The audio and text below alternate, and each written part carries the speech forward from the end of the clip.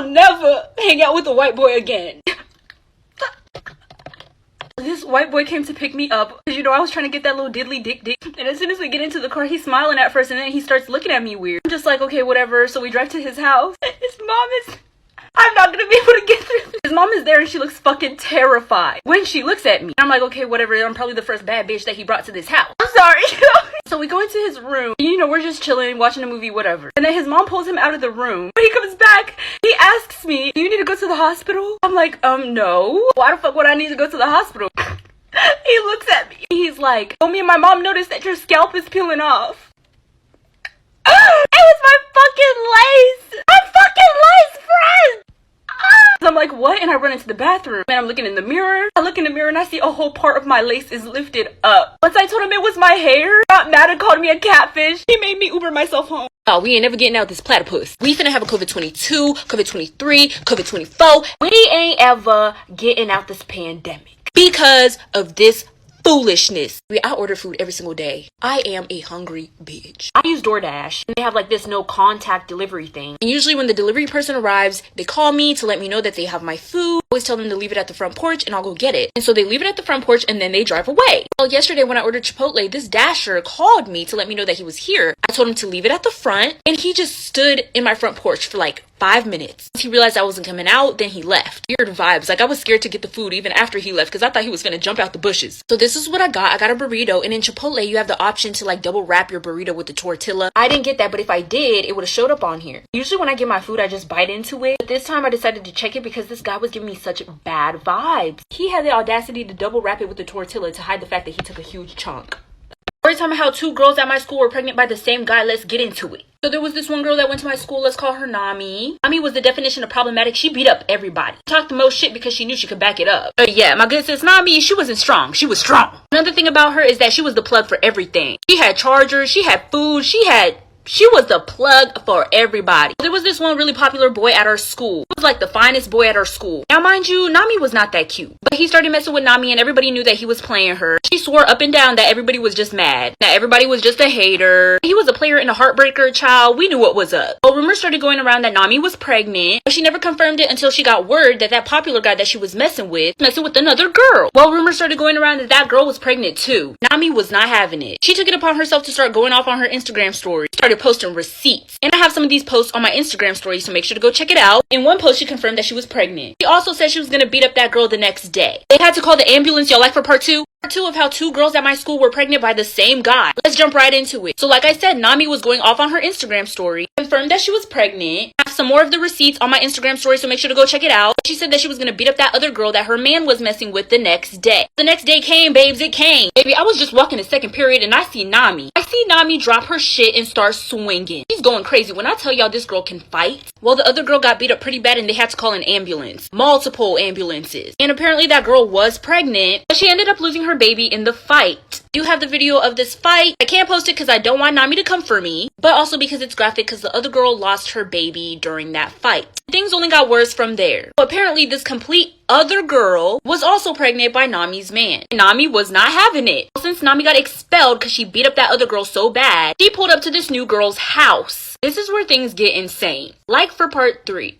Part 3 of how 2 girls in my school were pregnant by the same guy. So like I said, Nami got word that this other girl was pregnant by her boyfriend too. She pulled up to this girl's house and whooped her ass too. That girl didn't lose her baby, but turns out it wasn't even Nami's boyfriend's baby. It was somebody else's baby. Hopefully that girl was okay, everything was fine. Well, after that, Nami just like disappeared for a while. Everyone was confused. We were like, where the fuck is Nami? She talks shit every single day. People even got a hold of her friends and her friends didn't know where she was at either. She wasn't posting on social media. Literally nobody was in contact with her. She just went ghost. Well, eventually, apparently she had a fallout with her best friend. And her best friend felt that she was done dirty by Nami. So, she took it upon herself to start spilling some tea on her Instagram story. She let everybody know why Nami went ghost. She said Nami told all of her friends to keep this a secret. She wasn't going to keep it a secret no more because that ain't her friend no more. She said Nami was too embarrassed to come back to social media because she had gotten into a car crash and lost her baby.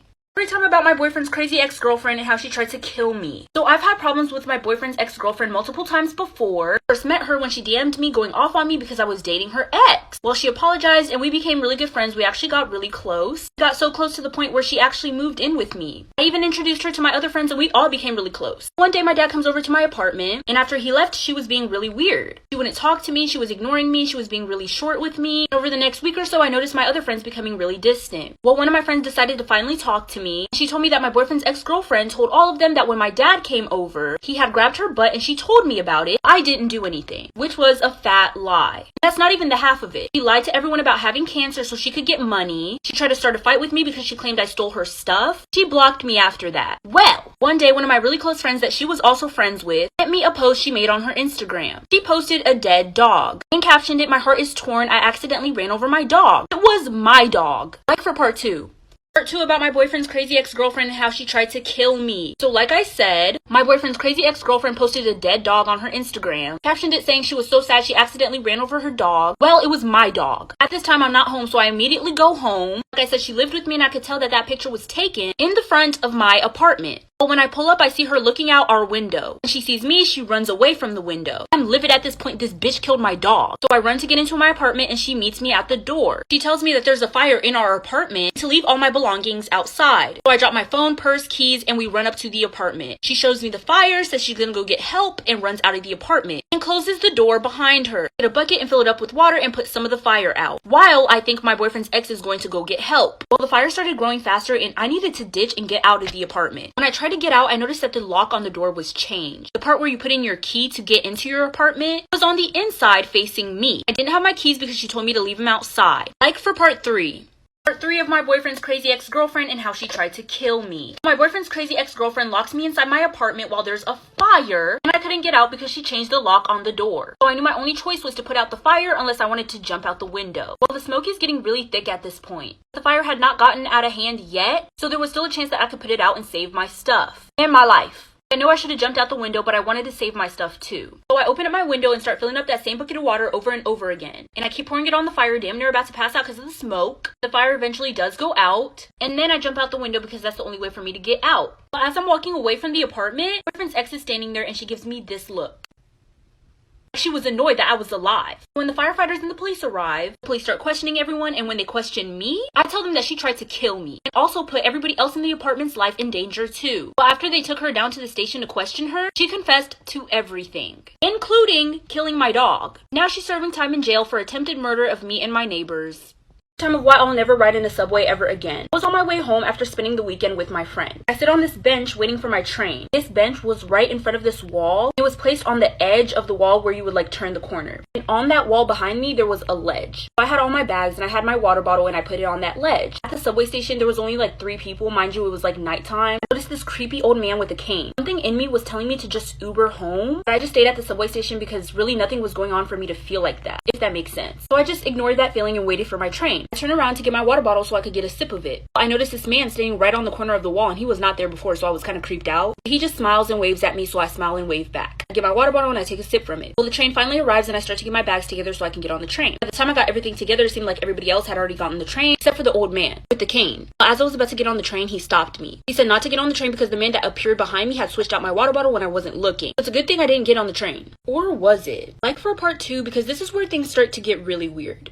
Part 2 of why I'll never ride the subway ever again. Like I said, the old man stopped me because he said the man that appeared behind me had switched out my water bottle when I wasn't looking and I had already taken a sip from it, so good thing I didn't get on the train. So now me and that old man were the only ones in the station. I thank him and then I start to get tingles all over my body. Like I'm getting really sleepy. So I start to leave the subway to catch an Uber instead. My body keeps getting more and more tired. Next thing you know, I black out. When I woke up, I was back on the bench and the old man with the cane was sitting right next to me looking at me. I start to panic and he says everything is okay, and that when he started to leave the station behind me, he noticed that I was passed out, so he picked me up and took all of my stuff and put me back on the bench. And he stayed with me to make sure that I was safe, not just passed out in the subway station by myself. So I'm thinking, wow, this old man is literally amazing. I thank him and start grabbing my stuff so I can leave. But as I'm leaving, I get a really weird feeling. I decided to glance behind me one more time, and there I see the man who supposedly switched out my water bottle turn the corner and start talking and laughing with the old man with the cane. Part 3. Part 3 of why I'll never ride the subway ever again. So like I said, I see that same man who supposedly switched out my water bottle and put something in my drink that made me pass out in the corner and start talking to the old man with the cane who had told me that that same guy switched out my water bottle. My blood runs cold and I run. I run out of their sight as fast as possible. When I get out of the station, I run for blocks, just in case they try to follow me. Once I get far enough, I hide behind a building and I order myself an Uber. I'm hiding behind a building because I'm super paranoid in case they're like in a car that drives by so like they don't see me. I wait for the Uber to arrive and I get in and I get home safely. My parents were expecting me to be home that night, so as you can imagine, they were super worried as to why I got home so late. I had just told them that I forgot something at my friend's house, so I had to turn around and go back, and that my phone had died, so I wasn't able to contact them. I didn't want to worry them, so I didn't tell them anything about the two men until I went upstairs to change. I took off my jacket. I noticed that the blouse that I had under it was unbuttoned. My bra was gone.